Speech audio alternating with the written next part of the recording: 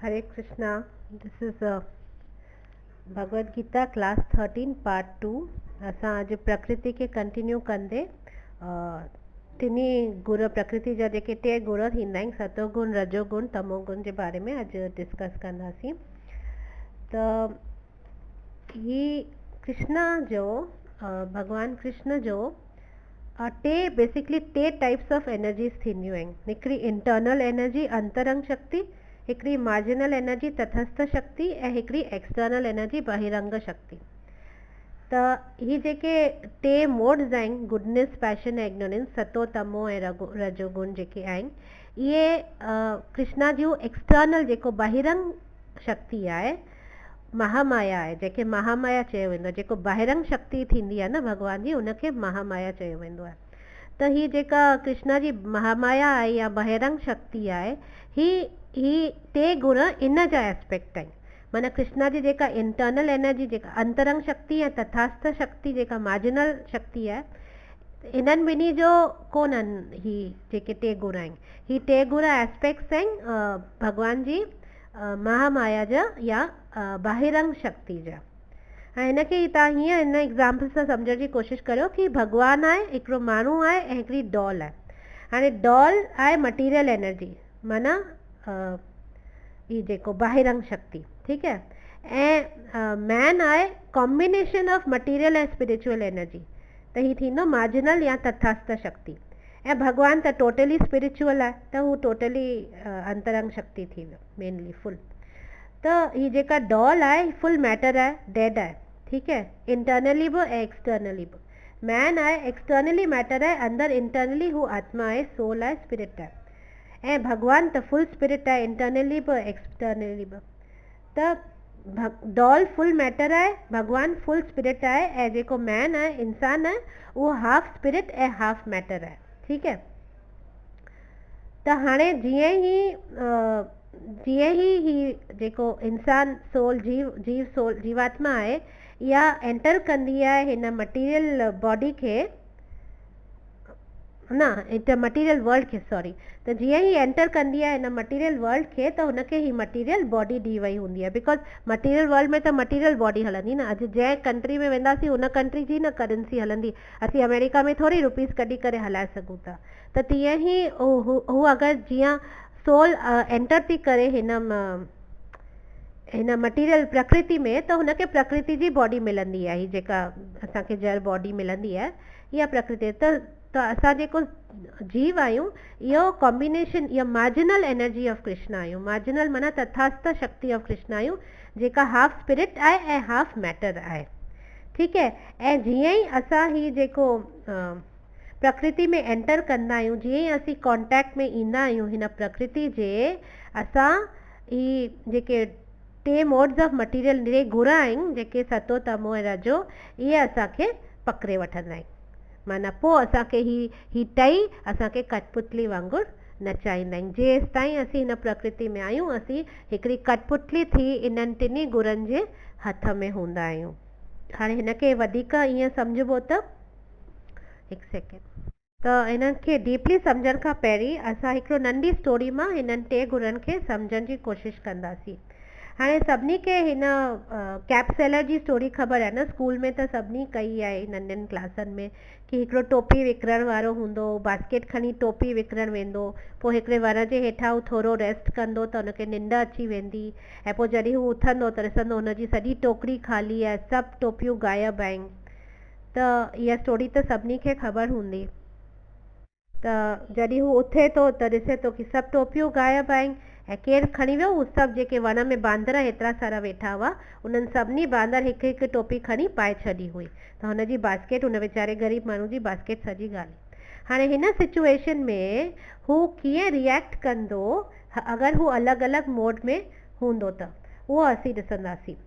जेको तमोगुण में हूंदो हू छा करणु शुरू कंदो, पंहिंजी छाती पिटणु शुरू कंदो, चिल्लाइणु शुरू कंदो, रुअणु पिटणु शुरू कंदो ऐं घोर कंदो ढेर सारो, माना कोन विलाप करणु शुरू कंदो। इहो सॼो रिएक्शन जेको माण्हू तमोगुण में हुजे हा अगरि हू कैप्सेलर त हुनजो इहो रिएक्शन हुजे हा। अगरि हू रजोगुण में हूंदो त हुनखे गुस्सो अची वेंदो, ॻाढ़ो थी वेंदो गुस्से सां, बांदरनि जे मथां ॾाढो गुस्सो अची वेंदो, तकिड़ो डंडो ॻोल्हंदो, डंडो खणी जोर जोर सां बांदरनि खे मारणु शुरू कंदो, भॼाइणु शुरू कंदो, मिड़ई फुल एक्शन में अची वेंदो। त अगरि हू रजोगुण में हूंदो त हीअं हू गुस्सो थी करे फुल एक्शन में अची वेंदो। ऐं तंहिंखां पोइ अगरि हू सतो गुण में हूंदो त हू छा कंदो, हू शांति सां पहिरीं सोचंदो कि हाणे टोपियूं त मुंहिंजूं सभु बांदर पाए वेठा आहिनि, हाणे हुननि जे बारे में थोरो सोचंदो कि मां छा, त शांति सां वेही मन में सोचंदो कि मां छा थो करे सघां। पोइ हुन जॾहिं शांति सां वेही सोचंदो त हुनखे ध्यानु ईंदो कि बांदर त इमिटेटर ॾाढा सुठा थींदा आहिनि, माना हू कॉपी ॾाढी सुठी कंदा आहिनि। त पोइ हू छा प्लान कंदो कि हू पंहिंजी जेका टोपी पाए वेठो हो हू लाहे करे फिटी एक्शन में, माना स्लो मोशन में टोपी आस्ते सां पंहिंजे मथे तां लाहे करे, जीअं बांदर सभु हुनखे ॾिसनि, ऐं लाहे करे जोर सां बास्केट में टोपी फिटी कंदो। त जेके बांदर आहिनि सभु हुनखे ॾिसी करे पंहिंजूं पंहिंजूं टोपियूं लाहे करे जोर सां बास्केट में फिटी कंदा। त काम clear creative thinking is a sign of mode of goodness. त एक्चुअली स्टोरी, रियल स्टोरी में इहो ई हो न कि हुन शांति सां, इहो ई असांखे लेसन मॉरल स्टोरी में ई इहा स्टोरी हुई न कि हीअ शांति सां सोचे सम्झी करे रिएक्ट कजे।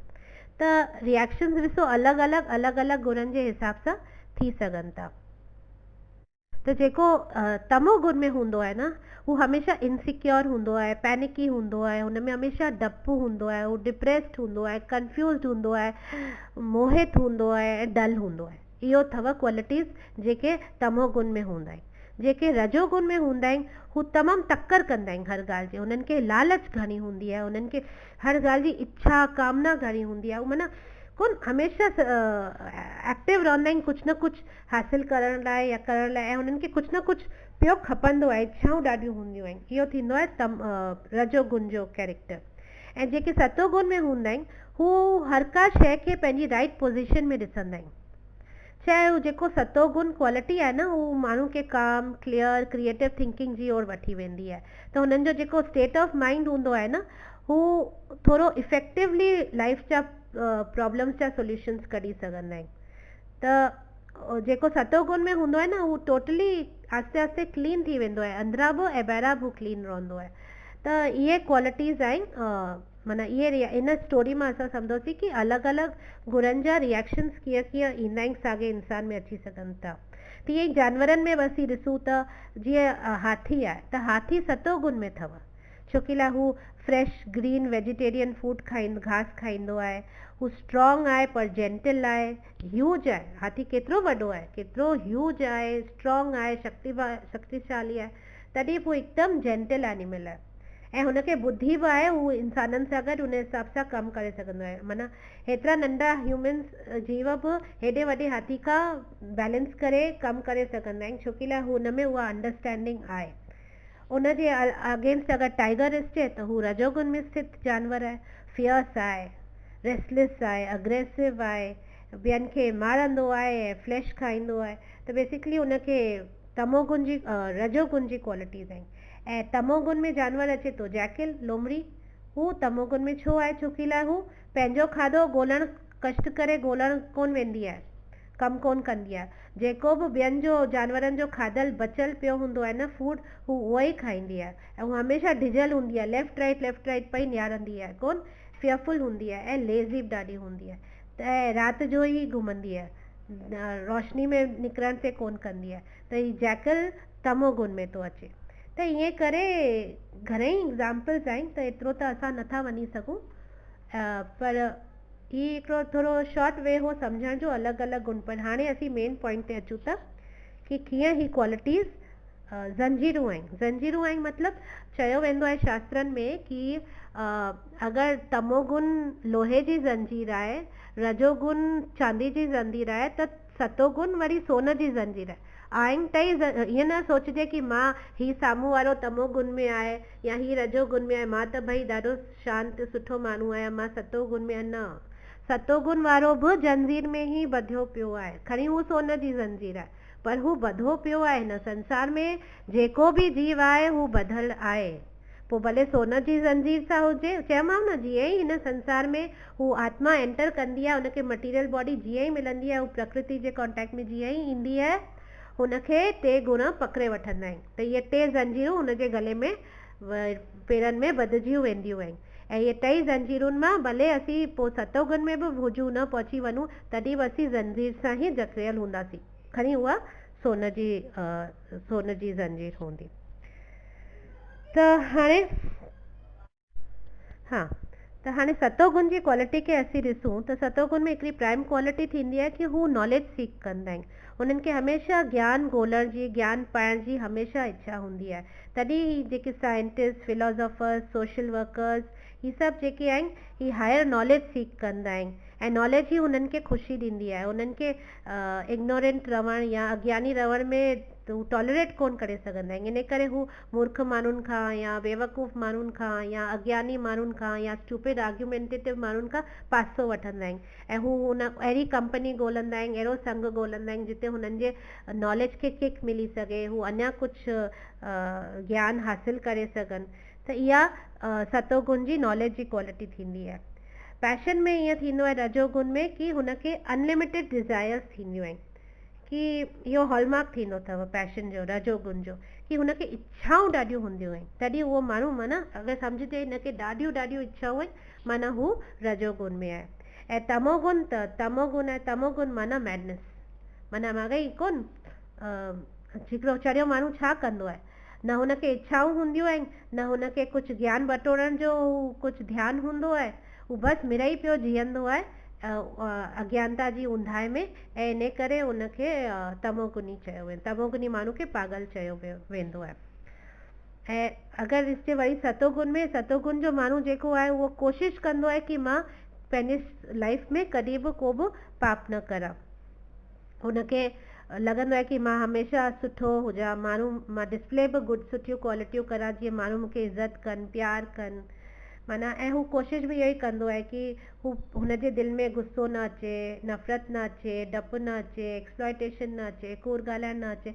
हू इन लाइ एंडेवर पियो कंदो आहे, भले हुनखे केतिरा टेम्पटेशन्स मिलनि पर हू कोशिशि इहो ई कंदो आहे कि हू हिननि सभिनी अनर्थनि खां परियां रहे, सुठा पुण्य जा कम करे। त इहे सभु हू करण जी कोशिशि कंदो आहे, जेको सतोगुनी जंहिंमें क्वालिटी वधीक हूंदी आहे। ठीकु आहे। हाणे जेको रजोगुण में माण्हू हूंदो आहे हू इन्हनि ॻाल्हियुनि ते एतिरो ध्यानु कोन ॾींदो आहे। हू वरी ध्यानु ॾींदो कि मुंहिंजो गोल छा आहे लाइफ में, मूंखे ही कार खपे, बंगलो खपे, फार्म हाउस खपे, मूंखे ही मिली वियो, हाणे मूंखे ही खपे, नेक्स्ट मूंखे ही खपे, मुंहिंजा ॿार हिते टॉप स्कूल में आहिनि, हाणे मूंखे हिनखे ऑक्सफर्ड मोकिलिणो आहे, हिते मोकिलिणो आहे। माना हुनखे हमेशह कुझु न कुझु हासिल करण जी मथे में हू हूंदो आहे, घोड़ा दौड़ंदा पिया आहिनि। त हू पैशनेटली हुनखे हू फॉलो कंदो आहे, त हू इम्प्रूव कंदो आहे कि मां पंहिंजी कम्यूनिटी में नालो कढां, मां पंहिंजे नेशन में नालो कढां, माना हू हर तरह सां एंडेवर कंदो आहे कि मां पंहिंजूं इच्छाउनि खे पूर्ण करां। त अहिड़ो काइंड ऑफ पर्सन रजोगुण में थींदो आहे। माना हू सोचंदो आहे कि मुंहिंजे हथ में, मुंहिंजे पावर में आहे शयुनि खे मटणु, या रिज़ल्ट्स जेके अचनि था उहे मां आणे सघां थो। हुनखे उन पंहिंजे माउ ते ॾाढो भरोसो हूंदो आहे कि मां बिकॉज़ हेतिरो पैशनेट आहियां, हेतिरो एंडेवर करां थो, त रिज़ल्ट्स बि मां पंहिंजे हिसाब सां आणे सघां थो। पर छा थींदो आहे, रिज़ल्ट्स ते त असांजो को वस ई कोन्हे। रिज़ल्ट्स त फल छा थो अचे, कहिड़ी ॻाल्हि जो कहिड़ो फल थो अचे, उहो असीं थोरी गैस करे था सघूं। त इन करे जॾहिं फल हुनजे हिसाब सां कोन थो मिले त हू हमेशह पोइ डिप्रेस थी वेंदो आहे। इन करे रजोगुनी माण्हू तव्हांखे घणो करे डिप्रेशन में मिलंदा, छोकी हू घणेई इच्छाऊं रखंदा आहिनि ऐं घणेई कुझु रिज़ल्ट्स सोचंदा आहिनि असीं आणंदासीं, पर उहो कोन थींदो आहे, त हू डिप्रेशन में माना हू इन लाइ दुखी हूंदा आहिनि। त हू पेंडुलम वांगुरु हूंदा आहिनि, कोन हितां खां हुते पिया नचंदा आहिनि। ऐं जेको तमोगुण में आहे उहो त महालेज़ी माण्हू ई हूंदो आहे, हुनजे लाइफ में न गोल्स हूंदा आहिनि, न डिज़ायर्स हूंदा आहिनि, हू बसि न भक्ति हूंदी आहे, न कुझु पाप पुण्य जो हू हूंदो आहे, बसि हू हिकिड़ो लेज़ी माण्हू मिड़ेई पियो पंहिंजी ज़िंदगी जीअंदो आहे, उहो तमोगुनी माण्हू थींदो आहे। वरी अगरि ॾिसजे त जेको सतोगुण में माण्हू हूंदो आहे हुनखे सतोगुणी माण्हू जो कीअं सोन जी चेन थी थिए, इहो असीं ईअं सम्झी सघूं था कि हुनखे जॾहिं हू सतोगुण में हूंदो आहे माण्हू, उहो ख़ुशी में हूंदो आहे, राइट, हुनखे ख़ुशी हूंदी आहे बिकॉज़ हू कम बि सभु सही कंदो आहे। पर प्रॉब्लम हुन सां आहे कि हू कंडीशन थी वेंदो आहे हुन ख़ुशी सां, हू सतोगुणी कैरेक्टरिस्टिक्स सां। पोइ छा थींदो आहे, हू बाउंड थी वेंदो आहे हिन मटीरियल, ईअं कि हुनखे आदत पइजी वेंदी, कंडीशनिंग माना हुनखे आदत पइजी वेंदी आहे, हू इंजॉय कंदो आहे हू जेका लाइफ जेका जीए वियो, seeking knowledge, seeking a good life. पर हुनखे विसरी वेंदो आहे कि मां तॾहिं बि ए क्लास प्रिज़नर ई आहियां, मां ए क्लास प्रिज़नर आहियां, माना मां जेल में ही आहियां, मां वापसि भॻवान वटि नथो वञी सघां, उहो रियलाइज़ कोन करे सघंदा, बिकॉज़ हू पुण्य कंदो वेंदो आहे न।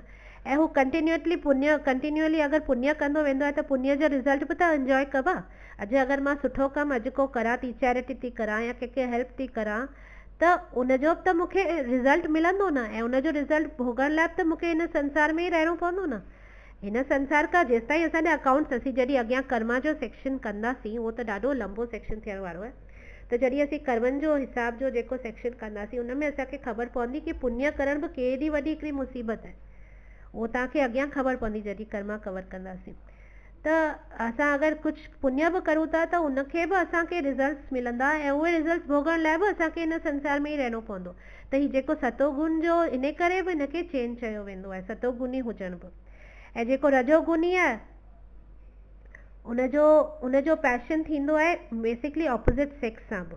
त जीअं असां चयो न हू पंहिंजो गोल्स रखंदो आहे अचीव करण लाइ डिज़ायर्स, तीअं ई उनजो सेक्स में बि ॾाढो वधीक अट्रैक्शन थींदो आहे, त उहो उनखे ड्राइव कंदो आहे। ऐं जेको तमोगुण माण्हू थींदो आहे हू त टोटली बॉडली कंसेप्शन में हूंदो आहे, टोटली इंटॉक्सिकेटेड हूंदो, हू न हिकिड़े तरह जे नशे में हूंदो आहे, हमेशह ग़लति कमु कंदो आहे, पीअंदो आहे, ऐं माना हुन को सुध बुध में कोन रहंदो आहे। ड्रग एडिक्ट्स जीअं हूंदा आहिनि, ड्रिंकर्स, ओवर स्मोकर्स जेके हूंदा आहिनि, ई जेके कोन तिर बि कोन सोचंदा आहिनि ग़लति कमु करण खां पहिरीं, तिर बि कोन सोचंदा आहिनि कूड़ ॻाल्हाइण खां पहिरीं या एक्सप्लॉइट करण खां पहिरीं, उहो उन्हनि जो नेचर थींदो आहे। त अहिड़ा कैटेगरी तमोगुनी माण्हुनि में ईंदा आहिनि।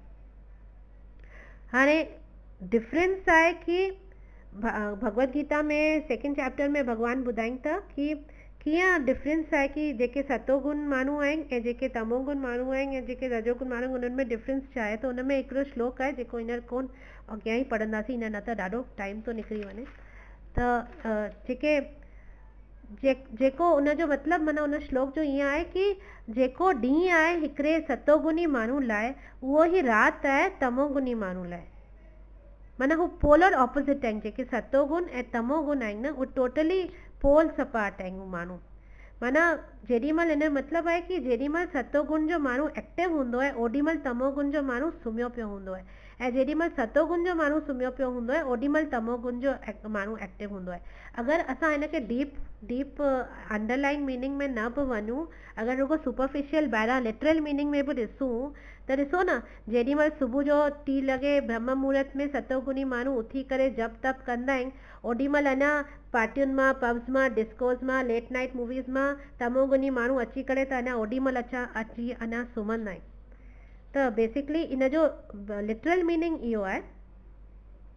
बाक़ी अंडरलाइनिंग मीनिंग जॾहिं असीं हिन श्लोक ते ईंदासीं तॾहिं असीं डिटेल में डिस्कस कंदासीं। त ईअं ई माना अलॻि आहिनि, जीअं खाधे में, म्यूज़िक में, हर ॻाल्हि में टेस्ट उन्हनि जी कीअं अलॻि अलॻि हूंदी आहे, त उहो त तव्हांखे ॾिसी करे तव्हां गैस करे सघो था न, हीउ तमोगुनी माण्हू आहे, हीउ रजोगुनी माण्हू आहे, हीउ सतोगुनी माण्हू आहे। पर ईअं कोन्हे कि हिकिड़े माण्हू में एट अ टाइम हिकिड़ी बसि क्वालिटी थी सघे। अॼु सतोगुनी माण्हू में बि टाइम जे हिसाब सां तमोगुण बि अची सघे थो, रजोगुण बि अची सघे थो, तीअं ई तमोगुण माण्हू में बि केॾी महिल सतोगुण बि अची सघे थो, रजोगुण बि अची सघे थो। त चयमि न, असांखे ही कठपुतली वांगुरु टई मोड्स नचाईंदा आहिनि, टई असांखे वधी वेठा आहिनि, पर थोरो असांजो झुकाव ख़ाली अलॻि अलॻि में हूंदो आहे, माना लेवल अलॻि अलॻि हूंदो आहे। बाक़ी टई क्वालिटीज़ हूंदा आहिनि, सभिनी में आहिनि, पर कंहिंमें वधीक कंहिंमें घटि।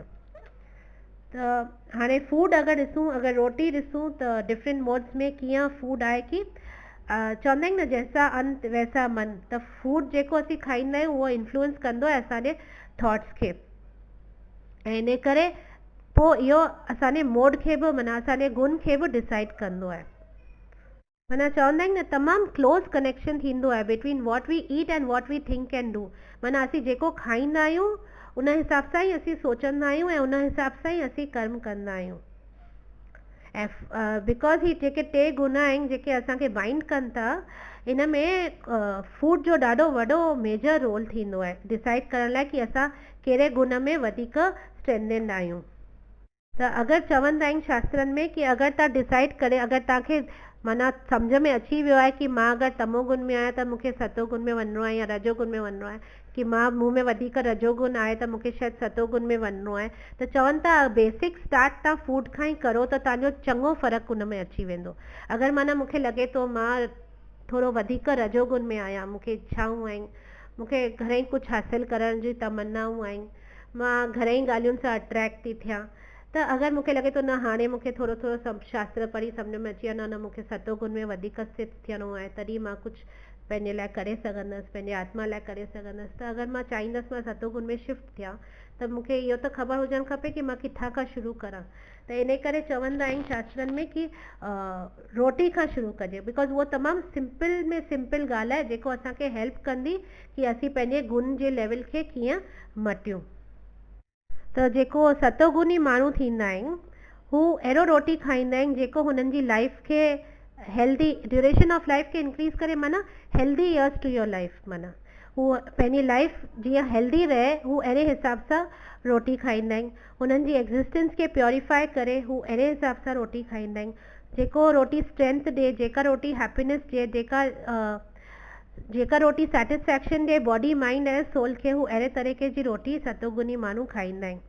सो ऑटोमेटिकली जॾहिं असीं सतोगुनी रोटी खाईंदा आहियूं त असांखे वधीक हैप्पीनेस, वधीक सेटिस्फैक्शन ऐं वधीक स्ट्रेंथ ऐं गुड हेल्थ ऐं लॉन्गर लाइफ मिलंदी आहे। त अहिड़े तरीक़े जा खाधा शास्त्रनि में लिखियल आहे कि हू जूसी थींदा आहिनि, फैटी थींदा आहिनि, होलसम थींदा आहिनि, हू फ्रेशली कुक्ड थींदा आहिनि, माना ताज़ा ठहियल हूंदा आहिनि। ऐं फ्रेशली कुक जो मतिलबु आहे कि को बि रोटी न 3 कलाक जे अंदरि खाई छॾणु खपे। अॻे त माण्हू केतिरा माण्हू फ्रिज ई कोन रखंदा हुआ, छोकी लाइ फ्रिज रखणु माना तव्हां रोटी स्टोर था करियो न, ऐं बिकॉज़ तव्हां रोटी स्टोर था करियो त हू रोटी तमोगुनी थी वञे। त केतिरा माण्हू इन करे फ्रिज ई कोन रखंदा हुआ। एक्चुअली रोटी जेका 3 कलाक जे अंदरि ताईं ठाहे करे खाओ था उहा ई सतोगुनी रोटी आहे। अगरि 3 कलाक क्रॉस थो थी वञे, जेको फ्रेशली कुक्ड फूड आहे, मां चिप्स बिस्किट इन्हनि जी ॻाल्हि कोन पई करां, इहे वरी अलॻि कैटेगरी में ईंदा आहिनि। इहा बि हिकिड़ी साइंस आहे जेका शास्त्रनि में लिखियल आहे। पर हीअ असीं बेसिक जेको दाल चांवर भाॼी फुल्को जेको बि असीं ठाहियूं था, त हीअ जेको फ्रेशली कुक्ड रोटी आहे न, अगरि 3 कलाक जे अंदरि तव्हां कोन था खाओ त उहा सतोगुनी कोन रहंदी आहे, उहा तमोगुनी थी वेंदी आहे।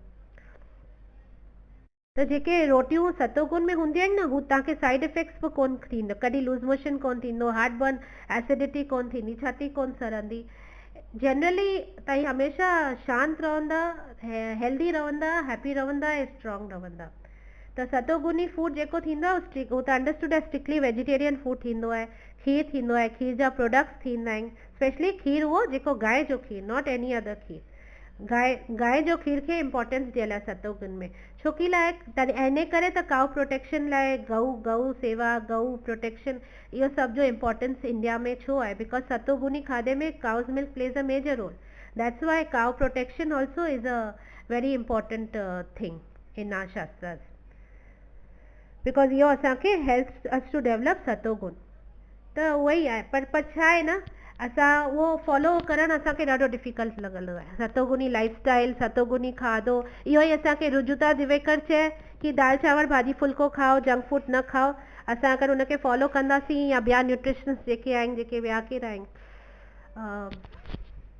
हा हीअ रुजुता आहे, वरी ल्यूक काउंटिनो आहे, फेसबुक ते केतिरा आहिनि, असीं सभु उन्हनि खे फॉलो कंदा आहियूं। जीअं जीअं हू हेल्थ टिप्स ॾींदा आहिनि असांखे, असीं उनखे इम्प्लीमेंट करण जी कोशिशि कंदा आहियूं। पर शास्त्रनि में साॻी ॻाल्हि लिखियल आहे, उहो असांखे ॿुधण लाइ तयारु कोन आहियूं। उहो असांखे लॻंदो आहे यार छा आहे, कोन ध्यानु ई कोन ॾींदा आहियूं, बिकॉज़ हू शास्त्रनि मां थी अचे। पर उहे ई ॻाल्हियूं हू न्यूट्रिशनिस्ट हज़ारे रुपया फ़ी वठी करे असांखे लाइफ स्टाइल मैनेजमेंट ऐं लाइफ स्टाइल जा असांखे हू डाइट चार्ट ठाहे ॾींदा आहिनि, त असीं उनखे फॉलो कंदा आहियूं। हू छा चवंदा आहिनि, अक्षय कुमार चवंदो मां 9 लॻे सुम्हंदो आहियां, सुबुह जो 3-4 लॻे उथंदो आहियां, तॾहिं मां एतिरो स्ट्रॉन्ग ऐं फिट ऐं एक्टिव आहियां, त उनखे सभु छोकिरा फॉलो कंदा। पर इहो ई शास्त्रनि में लिखियल आहे कि 9 बजे सुम्ही पओ, सिज लहण खां पोइ जल्दी खाई करे अक्षय कुमार चवंदो आहे न, मां 6-6:30 रोटी खाई छॾंदो आहियां सनसेट खां पहिरीं। शास्त्रनि में त क्लियरली लिखियल आहे कि सनसेट खां पहिरीं रोटी खाई छॾिबी आहे राति जी, उन खां पोइ कोन खाइबो आहे। पर अक्षय कुमार चयो त फॉलो करिणो आहे, पर शास्त्रनि में लिखियल आहे त उहो फॉलो कोन करिणो आहे। त इहे ॻाल्हियूं आहिनि न, माइंडसेट असांजो कलयुग में एतिरो घुमी वियो आहे जो असांखे शास्त्रनि ते विश्वास कोन्हे। पर ही सभु माण्हू उन्हनि ई शास्त्रनि मां ई इहे ॻाल्हियूं खणी करे फॉलो करे असांखे ॿुधाइनि पिया हेॾियूं वॾियूं वॾियूं दे चार्ज अस सो मच दिस न्यूट्रिशनिस्ट। त इहो सभु असांखे प्रैक्टिकली अगरि अप्लाई करणु शुरू कंदासीं न त असां घणेई कुझु शास्त्रनि मां सिखी सघूं था। बिकॉज शास्त्रास, असांजा शास्त्रास चयमि न, हू छा चइबो, भाव प्रधान कैटेगरी में कोन्हनि, दे आर साइंसिस, साइंसिस आहिनि। सेल्फ रियलाइज़ेशन चवंदा आहिनि न, साइंस ऑफ सेल्फ रियलाइज़ेशन आहे। त बेसिकली हू सभु साइंसिस आहिनि। ही शास्त्र असांजा को ईअं ई कुझु बि लिखियलु कोन्हे। हर ॻाल्हि जे पुठियां, हर हिकु स्टेटमेंट जे पुठियां कुझु न कुझु साइंस आहे। एनीवे, हिते त वरी ॿियो टॉपिक ई थी वेंदो। हाँ, so now we come to राजसिक फूड। राजसिक माना जेको राजसिक खाधो थींदो आहे, इहे स्ट्रॉन्ग खाधा थींदा आहिनि, बिटर खाधा थींदा आहिनि, खट्टा खाधा थींदा आहिनि, टू मच सॉल्टी खाधा थींदा आहिनि, कोसा खाधा थींदा आहिनि, मिर्च वारा खाधा थींदा आहिनि, स्मेल वारा खाधा थींदा आहिनि। स्मेल पंजेंट माना थूम बसर हैवी पियल, ऐं ड्राई थींदा आहिनि, जूसी कोन थींदा आहिनि, ऐं एसिडिटी क्रिएट कंदा आहिनि। इहे थींदा अथव राजसिक खाधा। सो बिकॉज इन्हनि में इहे सभु क्वालिटीज़ आहिनि राजसिक खाधनि में, इन करे इहे डिस्ट्रेस कॉज कंदा आहिनि, मिज़री कॉज कंदा आहिनि, डिज़ीज़ कॉज कंदा आहिनि, ऐं लाइफ खे शॉर्टन कंदा आहिनि। त इन करे असांखे रजोगुनी खाधो अवॉइड करणु खपे। ऐं तमोगुनी खाधो त छा चइजे, तमोगुनी नंबर 1 त इहो ई आहे जेको टे कलाक खां ॿाहिरि जेका बि रोटी रखिजी थी वञे उहा तमोगुनी थी वञे। पर हा, शास्त्रनि में इहा ॻाल्हि क्लियरली लिखियल आहे कि जेको तव्हां भोग ऑफर करो था कृष्णा खे, उहो हिकु दफ़ो प्रसाद तो थी वञे त उहो टे कलाक खां पोइ कोन ख़राबु थींदो आहे। हाणे इहो कीअं आहे, छा आहे, प्रूफ छा आहे, इहो सभु अॻियां शास्त्रनि में पढ़ी करे ख़बर पवंदो, या कंहिं वॾे गुरू खां सवली तरह इहा ॻाल्हि वही सम्झणी आहे। पर इहा ॻाल्हि आहे, चवनि था प्रसाद जे मथां को नियम लागू कोन थींदो आहे। बिकॉज हू मटीरियल मां, हिकु दफ़ो तव्हां भोग लॻायो था, शइ मटीरियल मां ट्रांसीडेंटल थी वेंदी आहे। त हाणे मटीरियल मां अगरि हू ट्रांसीडेंटल थी वेंदी त हुनखे का मटीरियल दूषित नथो करे सघे, इहो जनरली चयो वेंदो आहे। एनीवे, अवॉइड तॾहिं बि अवॉइड कबो आहे। असांखे नियम अथव कि अगरि असां कुझु बि रोटी रधूं था न, असांखे टे कलाक खां पोइ भॻवान खे असीं नथा ऑफर करे सघूं। सपोज़ मूंखे राति जी भाॼी, मां राति जो रोटी मूंखे किथे ॿाहिरि वञण, मां सुबुह जो ई भाॼी चाढ़े रखी थी छॾां, त मां भोग राति जो डिनर महिल नथी लॻाए सघां। मूंखे या त उहो सुबुह जो ई 3 कलाक जे अंदरि उहा भाॼी जो भोग लॻाए छॾिणो आहे, पोइ भले मां राति जो अची करे उहा खां। बिकॉज 3 कलाक खां ॿाहिरि you can not offer to भॻवान खे असीं खाधो 3 कलाक खां पोइ नथा ऑफर करे सघूं। माना कुक करे 3 कलाक जे अंदरि ई असांखे ऑफर करिणो आहे। इहो बि शास्त्रनि में नियम आहे, भॻवान खे कोन ऑफर करिणो आहे। त छोकी लाइ ऐं साइंटिफिक प्रूफ आहे कि 3 कलाक खां पोइ जेको बि फ्रेशली कुक्ड फूड थींदो आहे हू डिकम्पोज थियणु शुरू थी वेंदो आहे। हू रॉटिंग, भले असांखे उहो ॾिसणु कोन ईंदो रॉट पियो थिए, पर हुन मां उहे न्यूट्रिशन ख़तमु थियणु शुरू थी वेंदो आहे, हू स्पॉइल थियणु शुरू थी वेंदो आहे। इहो साइंटिफिक आहे एविडेंस। सो एनीवे, ही सभु रखियल खाधा ऐं नॉनवेज खाधा ऐं स्टेल खाधा, ऐं जीअं फॉरेनर वारा कोन हफ़्ते हफ़्ते जी रोटी ठाहे फ्रीज़र में भाॼियूं ठाहे पटके रखी छॾंदा आहिनि, पोइ रोज़ु कॾहिं माइक्रोवेव में गरम करे खाईंदा आहिनि। त इहे सभु जिनखे वणंदा आहिनि न, केरु मजबूरी में खाए थो उहा ॻाल्हि बि आहे, पर घणो करे जेके पंहिंजो लाइफस्टाइल इहो ठाहे छॾियो आहे उहे सभु तमोगुनी माण्हू थी वेंदा। बिकॉज न बि हूंदा त थी वेंदा, बिकॉज हू हिन तमोगुनी पैटर्न में फूड ग्रहण कनि पिया। सो ईअं करे ॾिसो, हाणे अलॻि अलॻि गुरनि में त अलॻि अलॻि नॉलेज आहे, एक्शन्स आहिनि, फूड आहे, ईअं करे ॿिया बि घणेई सेक्शन्स आहिनि, त असीं एतिरो त कोन कवर करे सघंदासीं। सो त मॉरल ऑफ द स्टोरी इहो आहे कि जेको बि असांखे, असांजो जेको कलयुग में लाइफस्टाइल चेंज थियो आहे, असांजो बुद्धि थोरी घटिजी वई आहे, वेसर थी वई आहे, असांखे इंट्रस्ट कोन्हे स्पिरिचुअल मैटर्स में या सतोगुनी ॻाल्हियुनि में, दान धर्मनि में, या असांखे एंज़ाइटियूं वधी वियूं आहिनि, डिप्रेशन्स वधी विया आहिनि, वरीज़ वधी विया आहिनि। ही सभु छो पिया अचनि? बिकॉज मेन रूट असांजो खाधो ई तमोगुनी थी वियो आहे। खाधो तमोगुनी थी वियो आहे, इन करे असांजे बॉडी में ऐं माइंड में इहे चेंजिस कलयुग में वधीक वधंदा पिया वञनि, बिकॉज तमोगुनी खाधो कलयुग में वधंदो पियो वञे। सो हियर असांजो प्रकृति ऑलमोस्ट ख़तमु थियो। अॻे क्लास में मूं तव्हांखे सॼो प्रकृति जे बारे में ॿुधायो, दुर्गा देवी, माया देवी जे बारे में, ऐं हुनजा हिन क्लास में असां 3 गुण कवर कयासीं। त असांखे सम्झणो आहे कि जेका 1/4 क्रिएशन आहे इहा मटीरियल क्रिएशन आहे, 3/4 स्पिरिचुअल क्रिएशन आहे, ऐं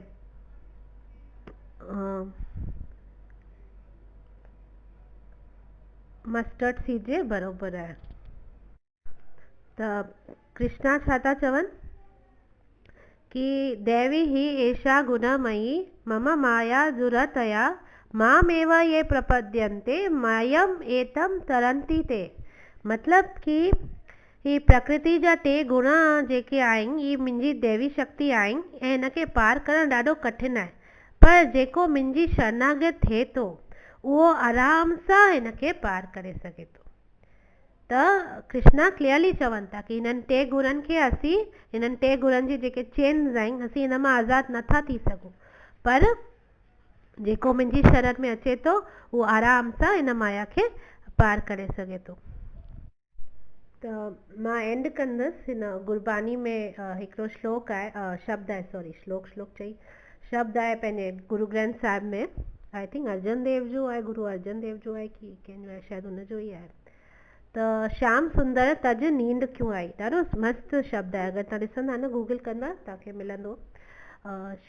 नींद क्यों आई श्याम सुंदर तज नींद क्यों आई, माना श्याम सुंदर खे छॾे, तज माना त्यागे, त श्याम सुंदर खे त्यागे तोखे निंड कीअं थी अची सघे, इहो शब्द आहे कि को न तज जो मतिलबु आहे त्याग। त श्याम सुंदर तज नींद क्यों आई महामोहिनी दूता लाई, महामोहिनी दूता लाई मतलब कि ही जेका महामोहिनी माना माया जेका आहे, माया ही मोह पाप जे रस्ते ते माना वठी पई वञे तोखे, बिकॉज तूं भगवान सां कनेक्टेड कोन आई। ॾिसो श्याम सुंदर तज नींद क्यों आई माना श्याम सुंदर खे त्यागे करे तोखे निंड कीअं थी अची सघे, जेका महामोहिनी माना माया आहे उहा दूता लाई माना पाप जे रस्ते ते तोखे वठी पई वञे। प्रेम बिछौना करत कसाई, प्रेम बिछौना करत कसाई मतलब कि ही कसाई हिन में गुरु माया खे कसाई था चवनि। कसाई छो था चवनि, बिकॉज हू कसाई असांखे भगवान खां अलॻि करे छॾियो आहे न, इन करे बिछोना माना बिछौना प्रेम बिछौना करत कसाई माना असांखे पंहिंजे भगवान जे प्रेम सां अलॻि करे छॾियो अथसि न हिन माया। त इन करे असांजो संबंध जेको प्रेम जो संबंध आहे कृष्ण सां उहो माया कटे छॾियो आहे, इन करे उनखे कसाई चयो वियो आहे हिते। त श्याम सुंदर तज नींद क्यों आई मोहिनी दूता लाई, प्रेम बिछौना करत कसाई, निर्दयी जानत दिस दया न पाई, निर्दयी जंथ दिस दया न पाई। मूंखे थोरो पंजाबी घटि वधि प्रोनाउंस करणु ईंदी आहे। त निर्दयी जंत तिस दया न पाई माना निर्दयी माना इन जो मतिलबु आहे कि निर्दयी उनखे सेट कयो वियो आहे माया खे, माना जेका महामाया आहे उनखे निर्दयी चयो वियो आहे, मर्सीलेस आहे, बिकॉज हू कुझु बि दया कोन थी ॾेखारे असां जहिड़े ग़रीब जीवन ते, दया न पाई। निर्दय जंत जन माना असांजा जेके जीव आहियूं इन जे मथां बिल्कुलु दया कोन थी ॾेखारे। घर वास न देवे धूतर माई, घर वास न देवे धूतर माई, इन जो मतिलबु आहे कि ही अहिड़ी धूर्त आहे, अहिड़ी ट्रेचरस आहे माया कि असांखे पंहिंजे घर में तक रहणु नथी ॾे। हिते पंहिंजो घरवास केरु आहे, घरवास मतिलबु छा, पंहिंजो घर मतिलबु छा, असांजी आत्मा असांखे अंदरि नथी वञणु ॾे, असां हिन शरीर जे कंसेप्शन में ई अटकिया पिया आहियूं, असां अंदरि आत्मा में झांकणु नथी ॾे असांखे, बिकॉज ऑटोमेटिकली जॾहिं असीं पंहिंजे अंदरि में वेंदासीं, पंहिंजे आत्मा में झांकंदासीं त असांखे परमात्मा बि मिली वेंदा। त हू असांखे घरवास न देवे धूतर माई माना एॾी धूर्त आहे असांखे पंहिंजे घर जो वास बि न थिए, असांखे पंहिंजे अंदरि आत्मा में बि ड्वेल नथी करणु ॾे, माना असांखे अहिड़ो शरीर जे हुन में फासा रखियो अथसि जो असांखे इहो तक यादि कोन्हे कि असीं आत्मा आहियूं, असीं शरीर कोन आहियूं, न असां पाण खे पंहिंजो शरीर ई न सम्झूं पिया, घुमी फिरी करे सभु कुझु आइडेंटिटी क्राइसिस ते त अचे थो। असां जंहिं ॾींहुं सुञातोसीं कि असीं शरीर कोन आहियूं, असीं आत्मा आहियूं, त असीं उते ई मुक्त थी वेंदासीं, पर उहो असांखे रियलाइज़ ई कोन थी कराए ॾिए न, असांखे आत्मा ई नथी पाण खे सम्झणु ॾिए त असीं परमात्मा खे किथां सम्झंदासीं। त इन करे घरवास न देवे धूतर माई, न हुन खां पहिरीं इहो लाइन हो, अनेक जन्म बीते भरमई, अनेक जन्म बीते भरमई माना असांजा घणेई जन्म निकिरी विया आहिनि हीअं बिना कंहिं गोल जे भिटकंदे इन जो मतलब है कि असां घणेई जन्मनि खां भिटकूं पिया पर असांखे अहिड़ी धूर्त है असांखे घर जो वास बि नथी करण ॾे। माना असीं जन्मनि खां भिटकूं पिया पर असांखे अञा ताईं इहो रियलाइज़ कोन थो थिए कि असां ही शरीर कोन आहियूं, असीं ही आत्मा आहियूं। ऐं जीअं ई असांजो आत्मा सां असांजो परिचय थी वेंदो, असांखे ख़बर पइजी वेंदी असीं आत्मा आहियूं, त ऑटोमेटिकली असां परमात्मा सां बि जुड़िजी वेंदासीं। बिकॉज असां भिटकूं पिया, कीअं पिया भिटकूं, असां 84 लख योनियुनि खां पिया भिटकूं। बिकॉज 84 लख योनियुनि खां ई न पोइ असांखे ही शरीर मिलंदो आहे। ही पद्म पुराण में श्लोक अथव हिकिड़ो, हिन विच में थोरो मां तव्हांखे इहो ॿुधाईंदसि कि जिते पार्वती माता उहो भॻवानु शिवा खां पुछे थी कि जेके जीव सरेंडर कोन था कनि भॻवान खे, उन्हनि खे कहिड़ा कहिड़ा योनियूं मिलंदियूं आहिनि, कहिड़ा बॉडीज़ मिलंदा आहिनि। तॾहिं शिव जी उनखे जवाबु ॾियनि था कि जल जा 9 लक्षानी, जल जा 9 लक्षानी माना 9 लख एक्वेटिक्स माना पाणी में रहण वारा जीव। स्थवर लक्ष विंसति माना स्थवर लक्ष विंसति माना 20 लख प्लांट्स एंड ट्रीज जेके इमूवेबल जीव आहिनि न, प्लांट्स ट्रीज ऐं सभु जेके बि आहिनि। क्रिमयो रुद्र संख्यात माना 11 लख क्रिमयो रुद्र संख्या कह माना ये जेके इंसेक्ट्स रेप्टाइल्स आहिनि इहे 11 लख। त 9 लख पाणी जा जीव, 20 लख प्लांट्स ऐं ट्रीज ऐं 11 लख ही इंसेक्ट्स ऐं रेप्टाइल्स जेके आहिनि। त इहे थिया 40 लख हिते ई थी विया, 40 लख, हाँ 40 लख थी विया। ऐं पक्षी नाम 10 लक्षानाम माना 10 लख बर्ड्स, अलॻि अलॻि टाइप्स जा बर्ड्स आहिनि, 10 लख टाइप्स जा बर्ड्स आहिनि सोचो। त 10 लख टाइप जा बर्ड्स त हिते 40-50 लख हिते थी विया। तंहिंखां पोइ 63 लक्षानी पशवः माना 30 लख, 63 माना 30, 63 लक्षानी पशवः माना जेके 4 लेग्ड एनिमल्स थींदा आहिनि, जेके जानवर जेके आहिनि, इहे 30 लख टाइप्स जा आहिनि जिन खे 4 पेर थींदा आहिनि, 4 पेरनि वारा 30 लख आहिनि। त 50 ऐं 30 थियो 80 लख। ऐं चतुर्लक्षानी मानवः, चतुर्लक्षानी माना 4 लख, 4 लख जा माण्हू। त 4 लख टाइप्स जा माण्हू थींदा आहिनि, 30 लख जा जानवर, 4 पेरनि वारा जानवर थींदा आहिनि, 10 लख पक्षी थींदा आहिनि, 11 लख इंसेक्ट्स ऐं रेप्टाइल्स थींदा आहिनि, 20 लख प्लांट्स ऐं ट्रीज थींदा आहिनि, ऐं 9 लख पाणी में रहण वारा जीव थींदा आहिनि। त इहो श्लोक पद्म पुराण में ॾिनल आहे। 84 लख योनियूं शिव भॻवानु हिन पार्वती माता खे ॿुधाइनि था। त हिते कीअं हिन शब्द में लिखियल आहे कि अनेक जन्म बीते भरमाई घरवास न देवे धूतर माई। माना असीं हेतिरनि जन्मनि खां हिननि 84 लख योनियुनि में भिटकूं पिया पर अञा ताईं सुम्हिया पिया आहियूं, असां जागूं कोन था। केतिरा ई ख़बर अथव हींअर वैष्णव भजन मां पढ़ंदी आहियां, केतिरा सुठा सुठा भजन आहिनि जंहिंमें घड़ी घड़ी कोन जाॻाइण जी कोशिशि पिया कनि। जिन बि राइटर्स हेॾा सुठा भजन लिखिया आहिनि, हज़ारे साल पहिरीं जा बि आहिनि लिखियल, रिकॉर्ड्स में आहिनि। वृंदावन में त आरती थींदी अथव, विभा मंगल आरती जेका सुबुह जी थींदी आहे न, उन में ॻाईंदा आहिनि विभावरी शेषा आलोक प्रवेशा निद्रा छाड़ी उठो जीवा। माना सुबुह थी वई आहे 3 बजे 4 बजे या मंगल आरती थींदी आहे कि निद्रा छाड़ी उठो जीवा, माना हाणे निंड छॾ उथ हाणे तूं। त ॿिया बि घणेई आहिनि, जीव जागो करे घणेई भजन सुठा सुठा आहिनि। त ईअं करे मतिलबु हा, त वापसि हिन ते अचूं। दिन रैन अपना किया पाई, दिन रैन अपना किया पाई, किस दोष ना दीजे कीरथ भाई। माना ईअं भ्रमण कंदे कंदे भिटकंदे दिन रैन अपना किया पाई माना पंहिंजे ई कर्मनि जो उन्हनि खे रिवॉर्ड्स मिलनि पिया। माना सुठो कयो त सुठो फल मिले पियो, बुरो कयो त बुरो फल मिले पियो।